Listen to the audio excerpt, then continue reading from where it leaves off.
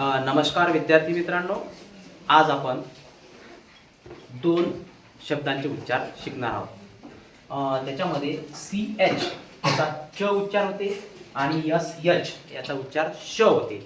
आणि जे काही आपण आजपर्यंत शिकलो त्याची उजळणी सुद्धा आपण या दोन अक्षरांच्या माध्यमातून करून घेणार आहोत। बघा, आपण असं शिकलो की ए जर असला तर ए चा उच्चार ॲ होते। काय होते? ॲ। मग CH चा होते च, ए चा होते ॲ, टी चा होते ट। मग काय झालं? चॅट। बघा, ओ चा अ असा उच्चार आपण शिकलो। म्हणजे काय? की CH चा च होते, ओ चा अ आणि टी चा प। काय झालं? चॉक। बा CH चा च आणि आय ची ई होते, मग झालं ची प। Very good. आता ई चा ए होते, मग CH चा च, ई चा ए आणि CK चा क आपण शिकलेला काय झालं? चेक। आता बघा, आपण असं शिकलो की ए आणि ई याच्या मध्ये जर एखादा अक्षर असेल त्याचा उच्चार ए होते। काय होते? ए। मग बघा, हा होते च, याचा उच्चार ए होते याच्या मध्ये अक्षर असल्यामुळे। हा झाला चे आणि एच चा स, काय झालं? चेस।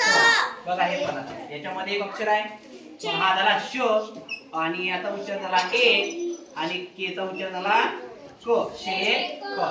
बघा, ई चा उच्चार ए होते, एच चा श होते, शे ल, याचा उच्चार ल। बघा, एच चा श आणि ओ चा अ होते। काय होते?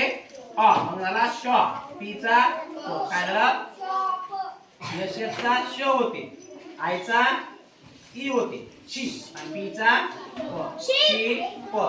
एच चा श होते, डबल ई चा ई होते है ना, आणि सी चा प, काय झालं? शीप। एच चा श होते, एच चा काय होते? श। बघा, श आणि ए आणि ई याच्यामध्ये जर एखादा शे होते, काय ते?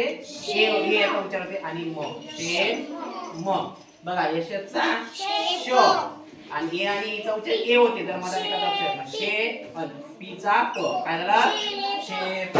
तर आपण आजपर्यंत जे काही शिकलो त्याची आपल्याला आज उजळणी करून घ्यायची आहे आणि आपण आपल्या किती अक्षर ते ध्यानात आहेत नाही का, हे सुद्धा आपल्याला पडताळून पाहता येईल। तर अशा प्रकारे जे काही आपण विसरलो असेल त्याची आपल्याला उजळणी सुद्धा करायची आहे। तर अशा प्रकारे आज आपण CH चा च आणि SH चा श आणि आजपर्यंत जे काही आपण उच्चार शिकलो त्याची उजळणी या दोन अक्षराच्या माध्यमातून आपण करून घेणार आहोत। तर आजच्या दिवशी आपण इथंच थांबूया। धन्यवाद।